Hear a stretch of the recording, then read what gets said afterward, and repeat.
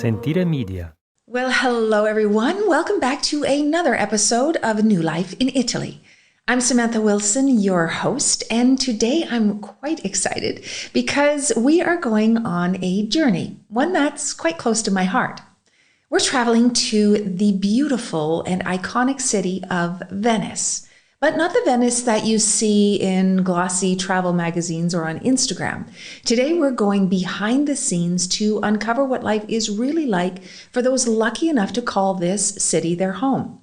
Now, I'm really excited because joining me today is a friend of mine, a Venetian local, and a famous tour guide, Monica Chesarato. And some of you might already know her from her Instagram or her books, or maybe you've listened to her podcast here on Sentire Media. It's called Venice Talks. Now, Monica's here to share all of her insider details from the best quiet neighborhoods to the true costs of living in a floating city. Now, Venice, as we all know, has these iconic canals, lots of history, and of course the Carnavale. And often all of these interesting things can feel like it's in a world on its own, and it kind of is in some ways. But beyond this Instagram perfect place, there really is a vibrant community living a rich and fulfilling life in Venice. Now we're going to dive into everything from daily routines on how to shop, how to eat, how to play like a local, but we're going to stay clear of all the tourist traps. Now, this is your golden ticket to discover the lesser known facets of Venetian life and how you might be able to make this city your new home. So whether you're dreaming of Venice as your next home or simply curious about the reality behind its fairy tale facade, you are in the right place. I'm Samantha Wilson, Chief Dreammaker at smartmoveitaly.com, and this is A New Life in Italy, a show where each week I take you behind the scenes of what it's really like to move to Italy, introduce you to some fascinating people, answer your questions, and show you how starting a new life in Bel Paese is possible for you. I remember the first time that I went to Venice. It was when I first came to Italy. And that was, oh my goodness, almost over 20 years ago. It was just myself and my mom, and we ended up north, as some of you know the story, got in a car and took off over to Venice. And what we thought of Venice was probably what a lot of people did back then before they could Google their walking path. We, thought of Venice as a iconic city, and it was very mysterious. And actually, I think in our minds, a little bit spooky. We weren't quite sure what to expect. Anyway, we get there, we drive, we park across the lagoon, really, and walk into the city, pulling our bags over the multiple bridges. It was super hot. It was the summertime. And luckily, we were 20 plus years younger, so it wasn't so hard. But we ended up in a hotel, and I honestly can't remember where that hotel was, but I think it was right down in the heart of everything.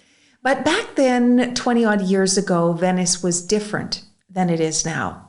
It was, of course, there were tourists everywhere, but compared to what Venice is like now, it was a little bit slower, a little more, maybe a little more authentic might be the word to use, or maybe just less brand name stores and restaurants and coffee shops and those, like brand name things. It was really very Venetian.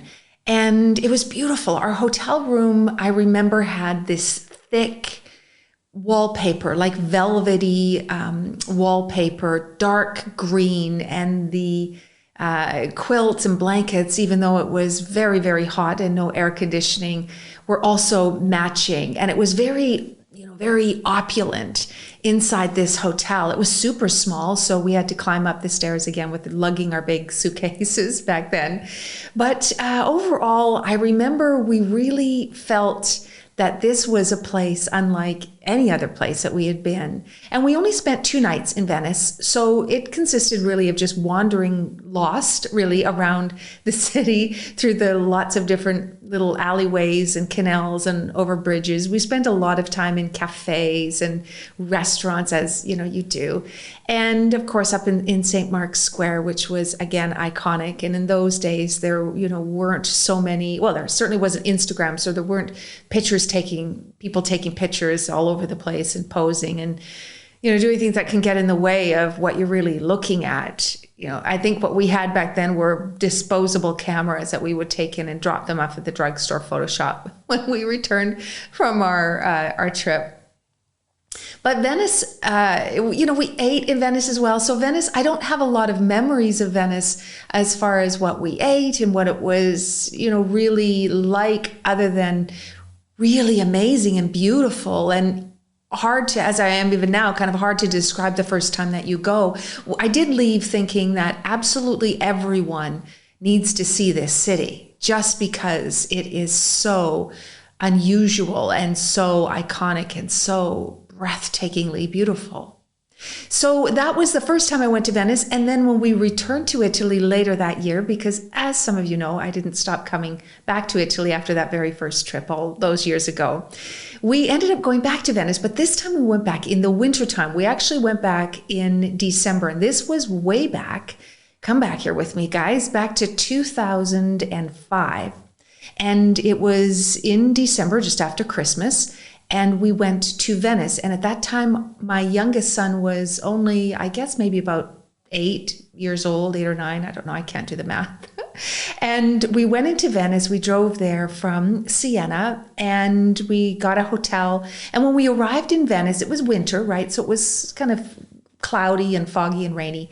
And when we arrived there, we saw all of these like tables. They were like market tables set up in the big St. Mark's Square and all along the main streets, just sort of lined up. There was nothing on these tables at all. They were just these blank tables, and we thought, oh darn, we missed some kind of a market or festival of some sort, but no, never mind. So we went into the hotel, checked in, again, the same kind of experience, very small. So my husband, who's a big guy, was, not all that comfortable in Venice because it felt a bit crowded. But the room, again, was opulent and deep, rich colors and brass or gold, ornate decorations. It was quite beautiful. And I was happy to be there because it was Venice. Again, it looked amazing, even in the winter. Hardly any tourists at all because, again, it was winter, but also 2005. So we didn't have the mass amounts of tourists that we do now in Venice.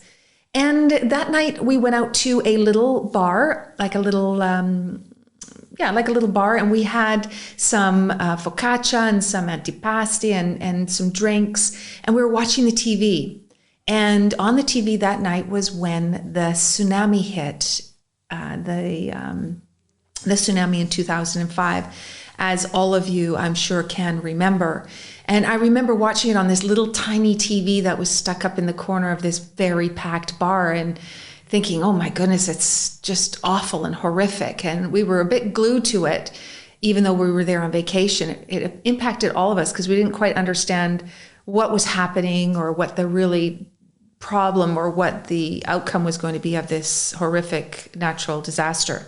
So that night we went back to the hotel room, slept, woke up, and I woke up to my husband saying, pack the stuff, pack everything. We've got to get out of here.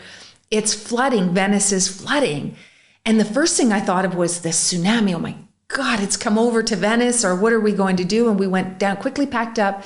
All of us went down into the lobby and there was water coming into the lobby. And we thought, oh my God. So we quickly get out. And remember, my youngest boy was young. He was only 8, so he wasn't really all that tall at that point. So we get out into this street and the water's increasingly getting deeper and deeper. And it's, at least at our shins, if not coming up to our knees. For my youngest guy, it was like up to his thighs. It was getting really deep. So we're trudging along the water trying to think, how do we get out of here quickly? We're panicking because of the connection to what we saw the night before, to this rising water in Venice. And also, back then we didn't Google everything. So we didn't have the information that we do now so easily. We couldn't quickly go, oh, what's going on?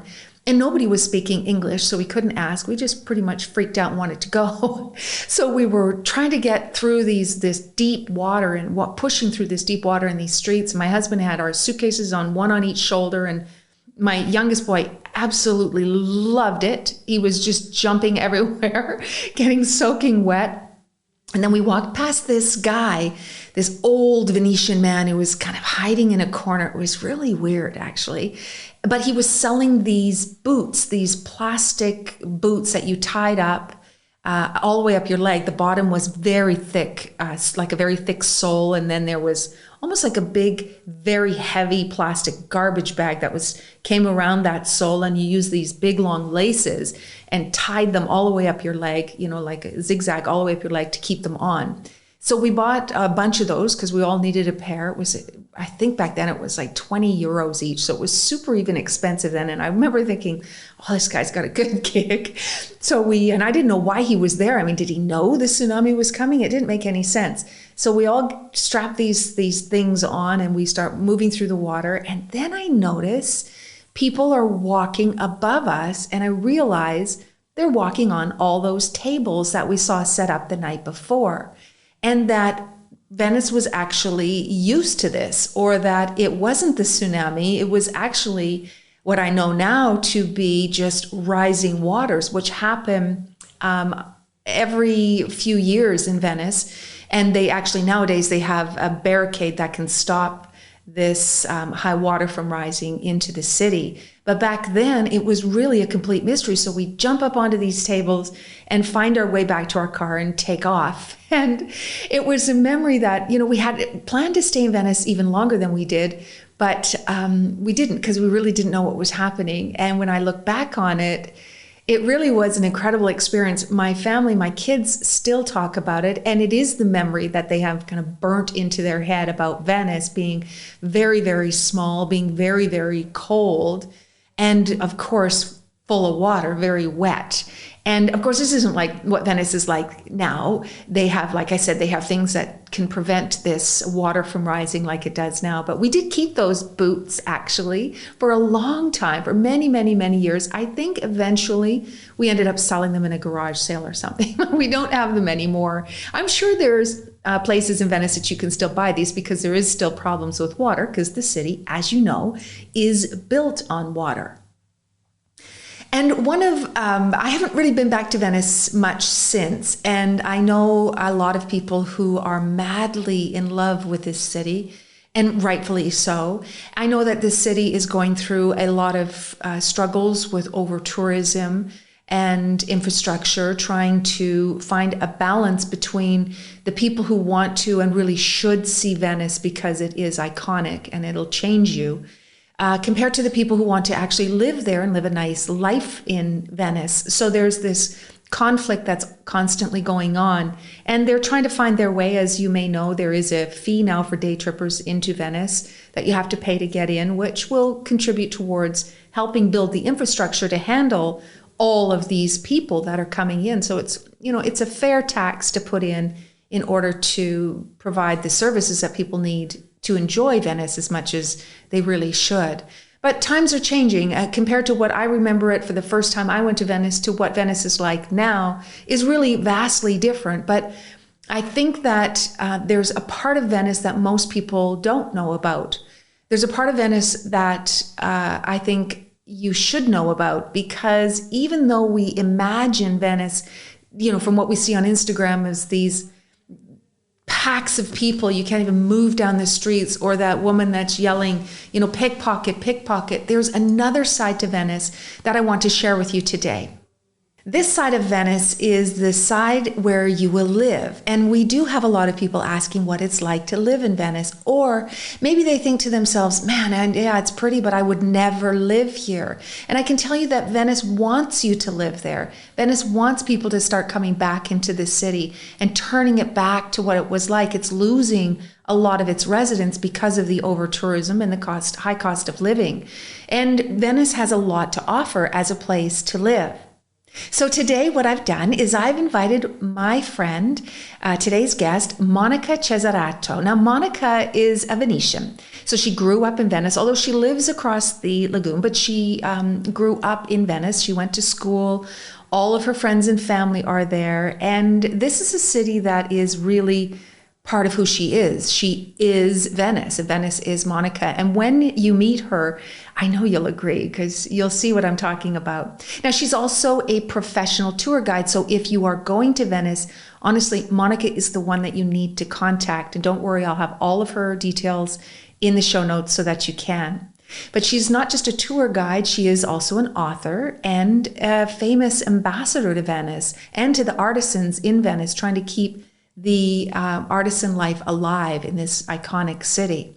She's also a podcaster. Some of you might have listened to her podcast, Venice Talks, right here on Sentire. If you haven't heard it, you really should, because she interviews local artisans and Venetians and takes you a lot further into the real life of this really magical city than you can even imagine. She's also a writer. She has 2 books, she has a blog, and she is the guide to the celebrities and the dignitaries that visit Venice. So needless to say, she is the go-to if you want to see Venice or know about Venice. And she's here with us today. Well, Monica, thank you for coming on the show. You and I always have such great conversations. So I'm so happy for my listeners to be able to meet you and hear about your stories. But also today, what I want to really talk to you about is life in Venice, because I know you live up there, right? Yeah, thanks so much, Samantha, for having me. Well, I live just outside of Venice, but I literally work there all the time. I mean, from Monday to Saturdays, I'm in Venice from morning to evening. And I used to go to school there, and let's say 90% of my friends are from Venice. So I am Venetian. I only sleep in my house. Let's put it this way. Okay. Right. Well, so Venice is, I think, a city that obviously millions of people dream about going, millions of people arrive. And I think that a lot of people that have a really great experience when they're in Venice, they can visualize themselves living there. I know that we have some of our community who have always dreamed of living in Venice. So I thought that, because it's a unique city, not just the way that it's positioned and where it is, but also it has a lot of dynamic, features to it that I thought would be a really good to have you on to help people understand what it's really like to live in Venice. So can you describe, maybe a typical day in Venice, for a Venetian? Right. Okay. Well, first of all, one thing to remember. In Venice, there are no cars. So remember, if you want to move to Venice, you need to train a little bit before you come, because there's more than 400 bridges and you walk everywhere. More than 400. Oh, yeah. Okay. So, yeah. So that's one thing that needs to be kept in mind. Okay. It is not an easy city to live, but it's a city that gives a lot back. So the typical, exactly because you don't have a car, you need more or less to go and shop every day, I would say, because there are supermarkets. So people say to me, oh, you don't have supermarkets in Venice. There's plenty of supermarkets. But of course, they are not your big Walmarts, Trader Joe's and stuff like that, not so big, but much smaller.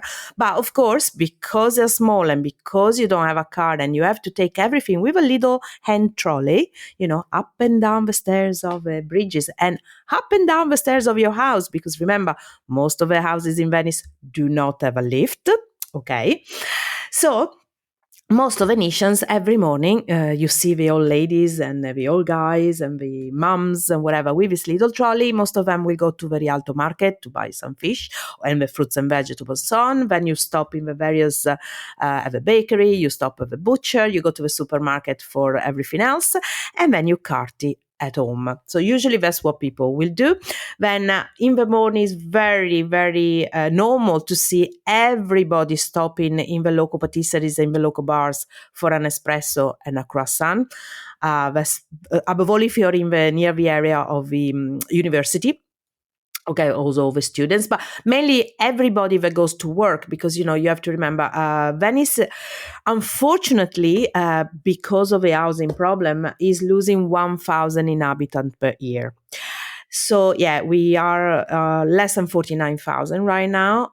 So we need people to come back and live in Venice, of course. All right. But anyway, those that don't live in Venice but work in Venice, because there's tons of people like me that obviously work in Venice, in the morning, that's the first thing you do on your way to work. You stop at a bar, have a little breakfast, and then you go off and open your shop. Shops in Venice usually open about 10 o'clock, much later than other cities.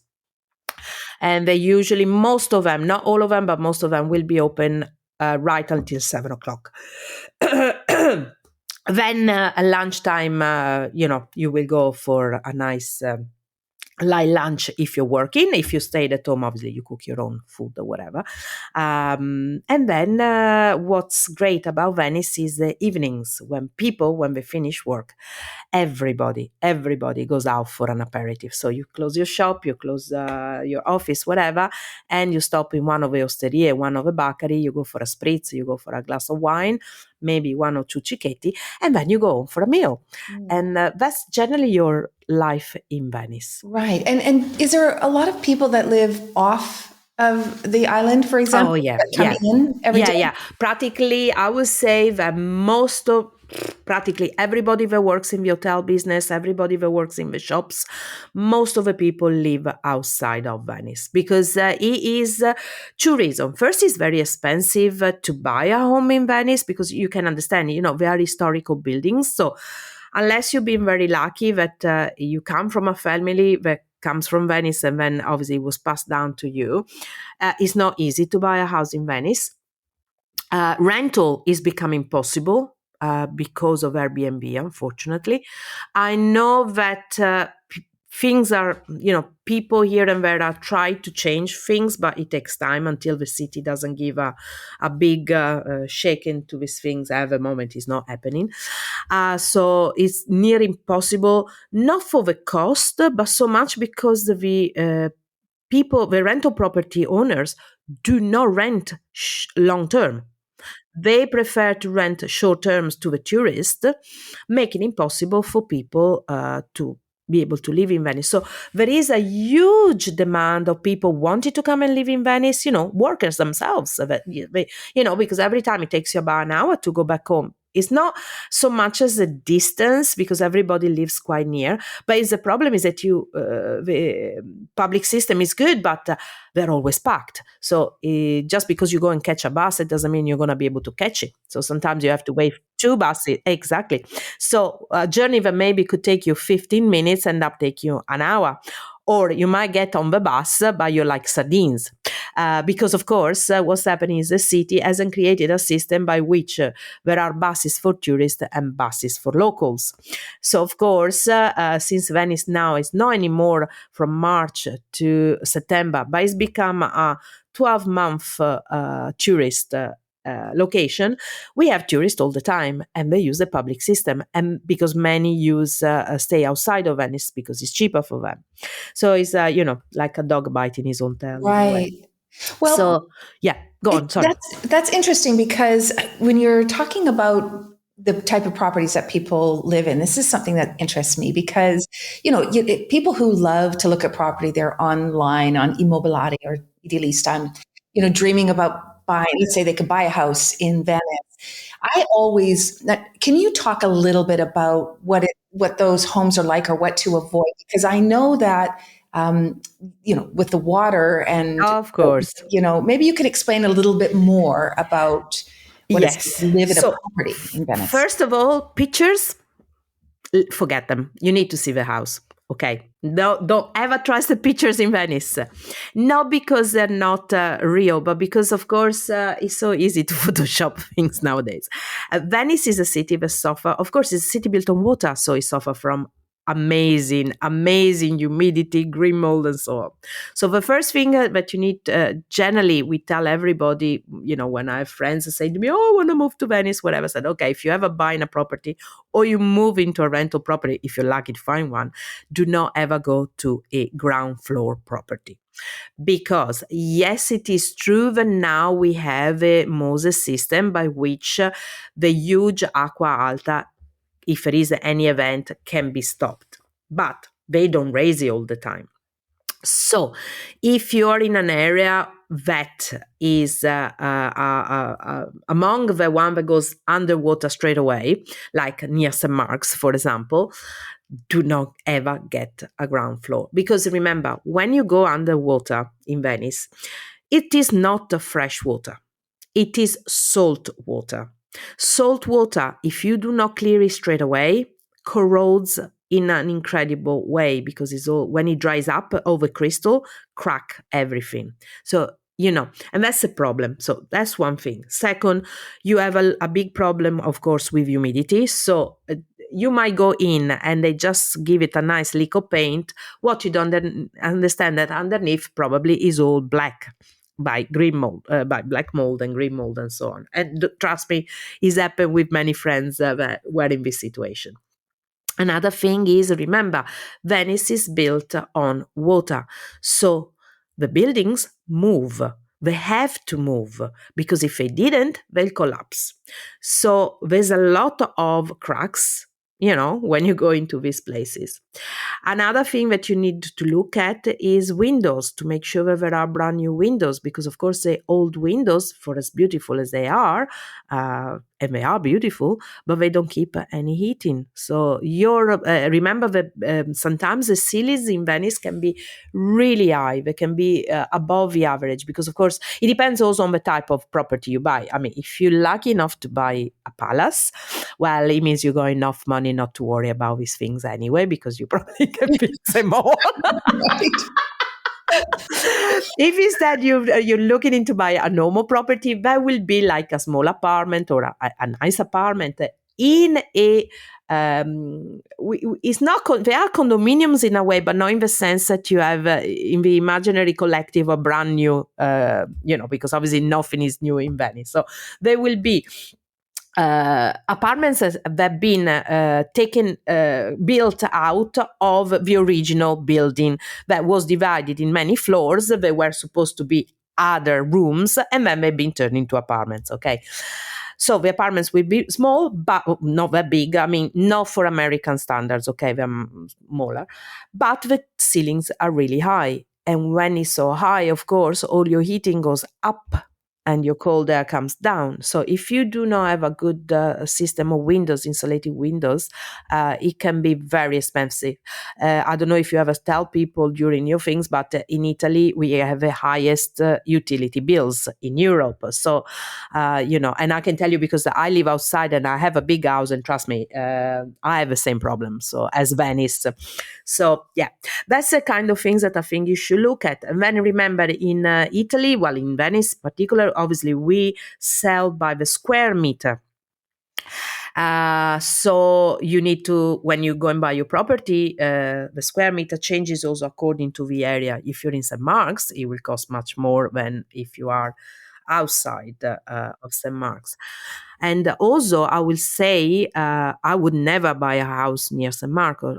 You need also to understand which area you want to buy your house or where you want to stay. And this was my next question. So tell me about the neighborhoods. Okay, so it all depends what you want to come and do in Venice. I mean, if you're going to buy your property and you're thinking of spending here all in 1 month, please don't ever do that. Thank you. We don't need that because we already got a problem with people not living in the city. So please, if you ever thinking of moving to Venice, please do move into Venice. Okay, so do spend at least 6 months. But I think the best areas will be Castello and Canareggio because they are the ones that are still nowadays the most residentials. And let's say apart some areas like Fondamenta degli Ormesini, Misericordia in Canareggio and Viale Garibaldi in Castello, all of the other areas apart from these two streets are very, very quiet and very, very livable, very safe because Venice is a very, very, very safe city. Okay, I can walk at 2-3 o'clock in the morning on my own. The only thing I'm worried about rats because they're quite big in Venice. That's another thing you need to worry if you buy a house in Venice because eventually you will get rats. Well, the water. It's just fairly normal, but we do have a system. But everybody usually has cats and stuff like that anyway. Yeah, I would say Canareggio and Castello are still some of the most residential, and maybe also the area of Dorso Duro towards where the university is, where Ca' Foscari towards the what's it called, San Basilio, the area of a cruise ship, is still very, very, very quiet. The other parts, I got to say, the pros and cons. If you stay near Rialto, if you stay near San Marco, if you stay other like San Polo, beautiful areas, but plenty of tourists Right. passing by. Yeah. Well, Yeah. and it can really impact, obviously, if you're planning to live there. I know here in Florence, we have quite a serious problem with Mm, overtourism a lot as well in the centro. So yeah. if people are moving here to live, the Italian Florentine life, I Yeah. always recommend don't buy anything. I know you're attracted to that area Yeah. because that's where you went to, but lifestyle wise, just a Mm, little bit in the residential areas is better. yeah. And remember, Venice is only 3 square kilometers. So it Yeah, doesn't really matter small. where you buy a home. Within 10 minutes, you are where you want to be anyway, you know. So you don't need to live in the center because I repeat, 10 minutes walk. We're not talking about an hour walk. 10 minutes walk, you can be in the center. So there's no reason not to, to not to go and buy a house in Castello. I mean, to be honest with you, if you want to really get away, you can even buy a house in Murano. You can buy a house in Bellido, on the Giudecca. I think that what people before buy a home in Venice, I think.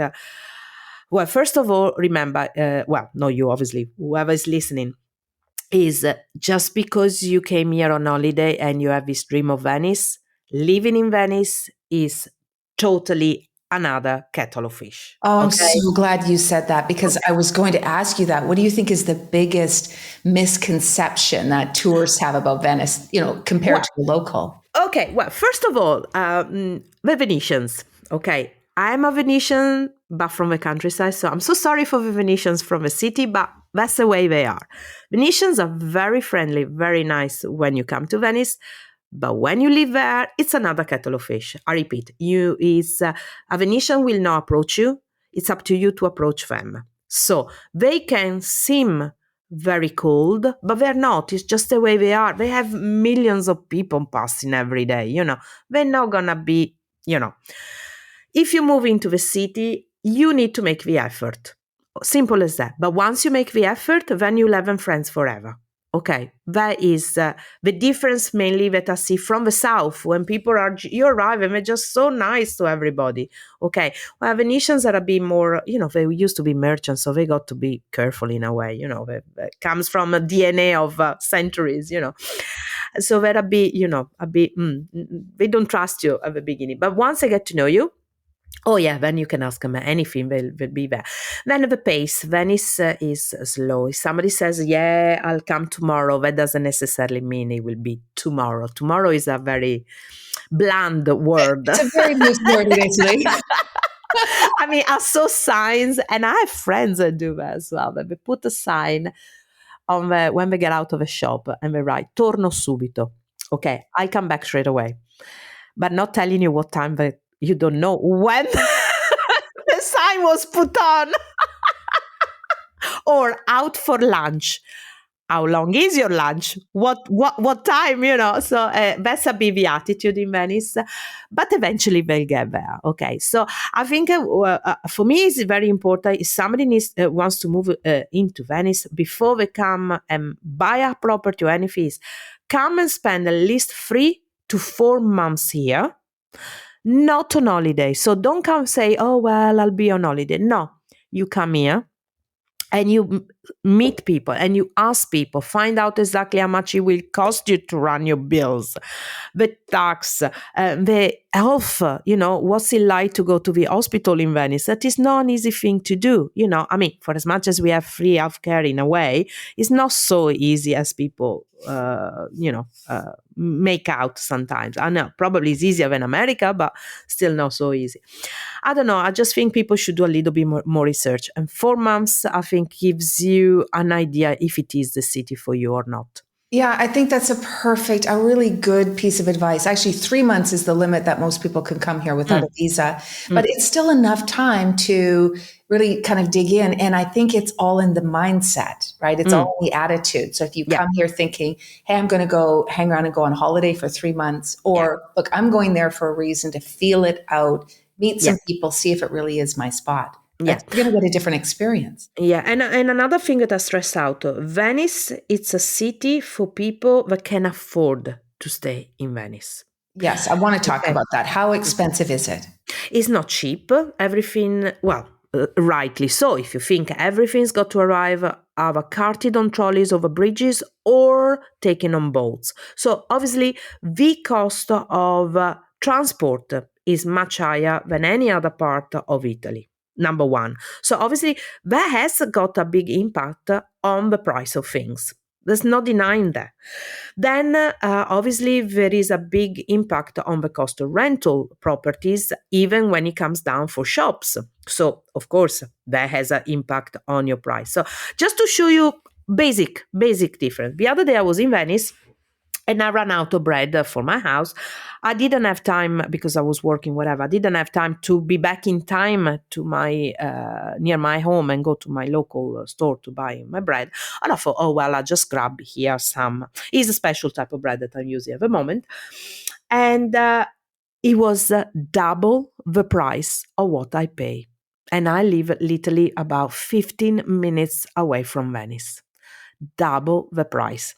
It wound me up a little bit, but at the same time, I understand why it's like that. So, I just got it and take it.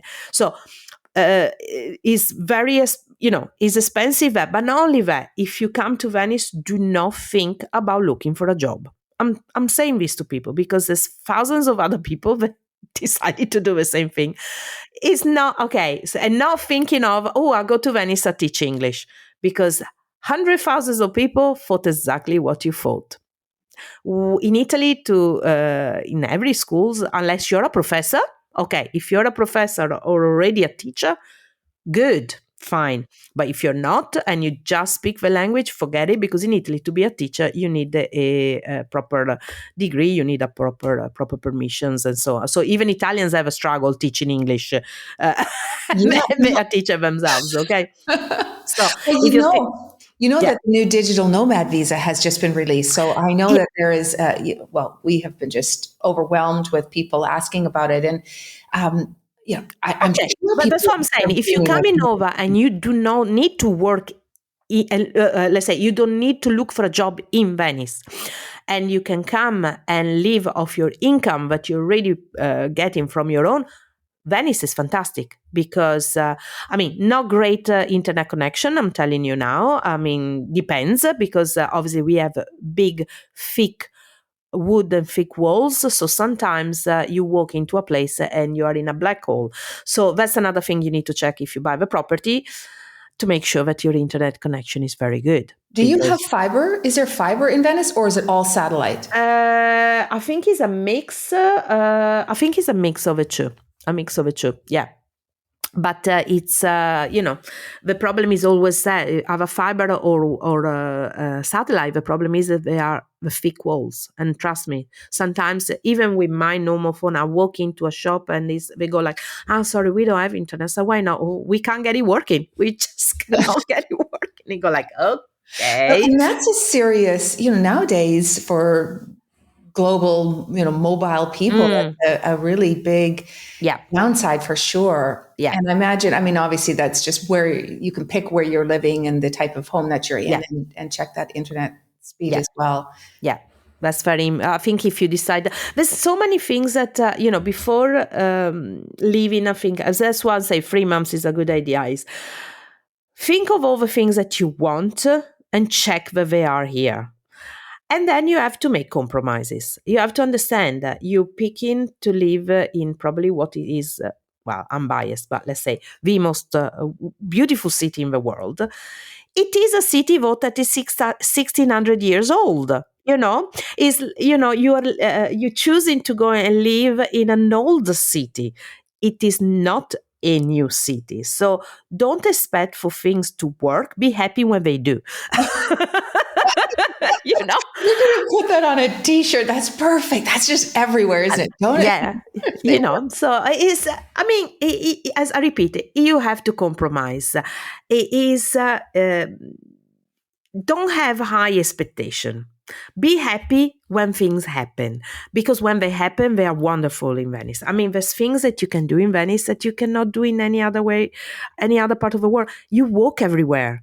You don't need a car. So that's already a cost that you're not going to have. Yeah, Okay. and then the benefits of lifestyle and health that And all the comes with food it. and the wine that we have here. I mean, come on, this is our region's got more than 40 native red grapes and more than 40 white native red grapes. That's already 80 type of wines that you need to try when you come to live in Venice, you know. But Who so, cares and the about the food. internet? Oh, and the food, we have fresh fish all the time because, you know, this is a city built on water. It's a port, you can imagine. So there are a lot of pros, you know, and the beauty. I mean, you wake up in the morning, no matter what the weather is like in Venice, the beauty is always beautiful. And we have got, the view is always beautiful. And the light in Venice is just so unique of a city. You know, if you like arts, we got at least between museums and art galleries, I think it's about 40 of them. You know, is a city that's got more than 100 churches. Come on. I mean, I don't, you know, I want people to move into Venice, but I don't want people to move into Venice and then run away because it wasn't their dream, and then going away and say, oh, that's not what I expected. I want people to move to Venice and to stay forever. But there is one downside. And comes from having seen so many people moving into Venice. Beware. You'll move into Venice. You will say to yourself, oh, from Venice, I can go and visit Vicenza, I can go and visit Padova, I can go and visit Rome or whatever. And then you will never do. Because I don't know what is with Venice, but this I've seen with every single foreign friend that moved into the city. You move, and then it's like Venice traps you. You just get lazy, and you don't want to move out of Venice. Because you have probably because you're living in this environment that is giving back so much, like you said, the food and the art and the people and the location. You think, why leave? Mm-mm. Yeah, I think that's what it is. So I repeat, people get a bit lazy. Well, there's worse places to be trapped in. That's for sure. I know. But you gain a lot of in health because you walk in everywhere. So everybody I know is in such a great shape. Yeah. I got to say.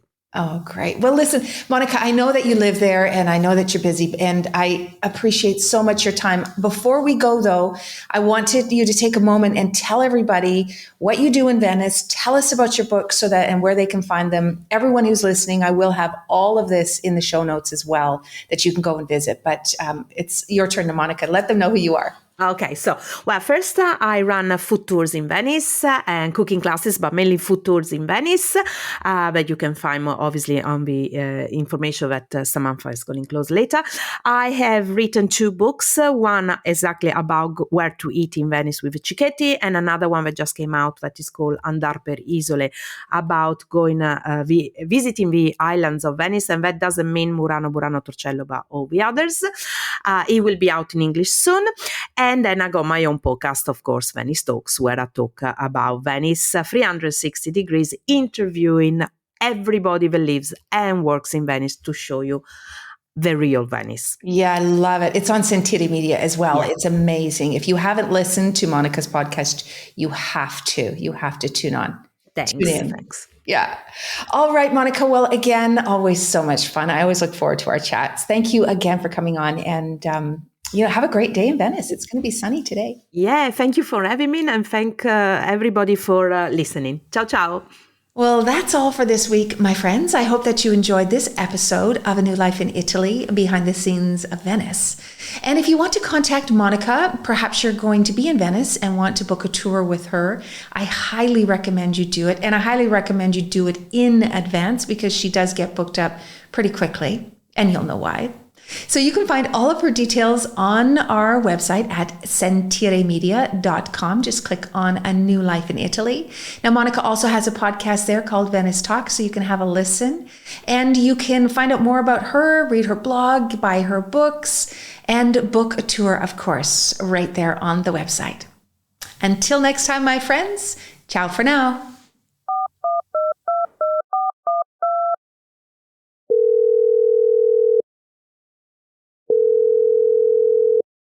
It's time for listener questions. Just like the old radio call-in shows, my team has picked 3 listener questions, all left on our voicemail. I have no idea what these questions are, but I haven't been stumped yet. Are you ready? Let's get started. Hi, Samantha. This is Ulrich. We have a pair of American friends with international driver's licenses, also living here in Italy. And they think that the international driver's licenses are legal for at least a year after arriving, and don't believe that, as we've informed them, they must at the end of that year obtain an Italian driver's license. Who's right? Thanks, Samantha. Well, thank you for that question. And it's a great one, and one that often people get a little bit wrong, or it's a little misunderstood. You can drive in Italy with your foreign driver's license with an international driver's permit if you're here as a tourist, which for those of you who are coming and want to rent a car, make sure you get that international driver's permit because they are checking more often now. But when you move here, you can also use that driver's permit for up to 12 months when you move here.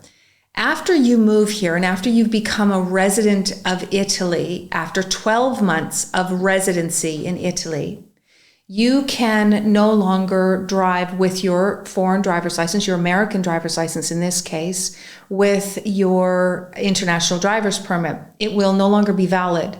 So after 12 months of residency, you must then take an Italian driver's license test, which is all in Italian. And it's a learner's test, so you're like a baby driver again, like a teenager. And then after you pass this test, then you have to go get a learner's permit as a new driver here in Italy. So the international driver's permit is only valid for the first 12 months. And then after that, you are unlicensed unless you get an Italian driver's license. I do highly recommend that people who are in this position not to wait till the 12 months is up, because it can take a long time to prepare and study for this very, very notoriously hard exam. And you don't want to be stuck without a license if you really need one. So start to prepare early. Take the exam when you're, 6 months through your time frame, so that gives yourself some time to catch that license. Hi, Samantha. This is Lisa. I read a post on Facebook from an expat who said that we aren't eligible for, or we won't be eligible when the time comes for a long-term visa if we've been out of Italy for a total of 10 months during our first 5 years of residency. Is this accurate? So many people with so many opinions online, and you're the one I trust. Thanks so much. Bye. Hi, Lisa. Thanks for the question. A good question. Actually, for the elective residency visa, you are permitted to, of course, travel outside of Italy and be in other countries. It's up to you. Now, remember, on the elective residency visa, the permesso di soggiorno, that goes with that, you are still restricted to 90 days out of a 180-day period in other Schengen countries. But in Italy, you can, of course, you're living here and you can travel around.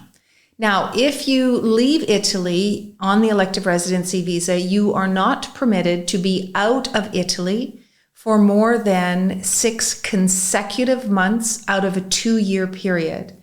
So that's no more than 6 consecutive, so back-to-back consecutive months out of a 2-year period. So if you're not doing that, then you're perfectly fine on your elective residency visa. Hi, Sam. It's Tony. And I'm wondering if you could explain, after you've purchased a home here and you're only in the 90 in and 90 out, what are the things you need to be aware of that you need to renew with owning a property in Italy? Like, how often do you pay your taxes? Do you have to renew something with the costura? Anything that you need to know that happens over and over because you own a property here, period. I hope that makes sense. Take care. Hi, Tony. Yes, there's a couple of things that you need to pay attention to, and it's mostly to do with taxes because it's always to do with taxes in Italy. So as a property owner, you will need to pay attention to two different taxes. One is the IMU, which is your yearly property tax that you'll have to pay. And the other one is Tari, which is your garbage tax. Those are the two main taxes that you'll have to pay every year. You will get notification in the mail from the Agenzia dell'Entrata, which is the tax office. And the first one, the IMU, can be paid in a couple of different installments. What I do recommend that you do, Tony, is get a commercialista who can take care of all of these filings for you so that you can always be regular and not miss a payment. It's really easy to do if you don't live here full time. Now, if you want some help, let us know, because our commercialista does have a program for people who own properties who are not here to keep up with all of the tax payments. The only other thing that you might want to think about, and I'm not sure if this applies to you or maybe a listener, if you have a property here in Italy and you are renting it out, the other obligation that you will have every year is to send in your income tax for the earnings that you have made in Italy. Well, that's all for this week's episode. Thank you for listening. If you have any questions about visas, citizenship, property, and, well, really anything about moving to Italy that you would like me to answer in an upcoming episode, please feel free to send us a voicemail at our website at smartmoveitaly.com/podcast, or just click on the links in the show notes. Thanks again for listening, and remember, you can find all of the resources and the links to the people and the places that I mentioned in this episode inside the show notes. Ciao for now.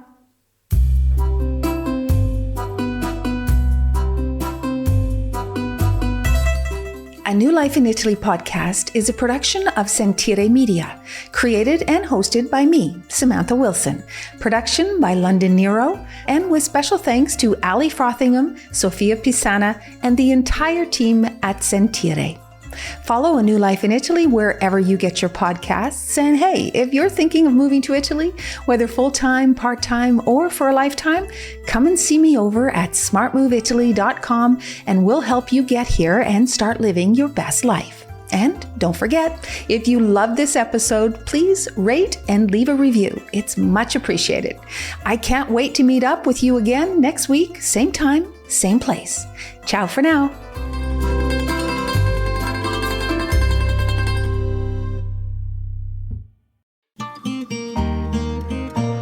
Sentire Media. Hey, podcast producers and show hosts. Do you want to join a podcast network that celebrates all things Italian? At Sentire Media, we understand the allure of Italy and its unique culture. Our devoted team of hosts and producers are all driven by their shared passion for Italy. And we work tirelessly to create the best lifestyle podcasts and content that will whisk you away to the very heart of Italy. With us, you can savor the mouth-watering flavors, get lost in the stories from the past, break down the cultural barriers, and truly immerse yourself in the vibrant traditions of this intoxicating country. If you have a great podcast idea or are already in production and would like to join Sentire Media, head over to sentiremedia.com, that's SENTIRE media.com, and find out how to submit your show.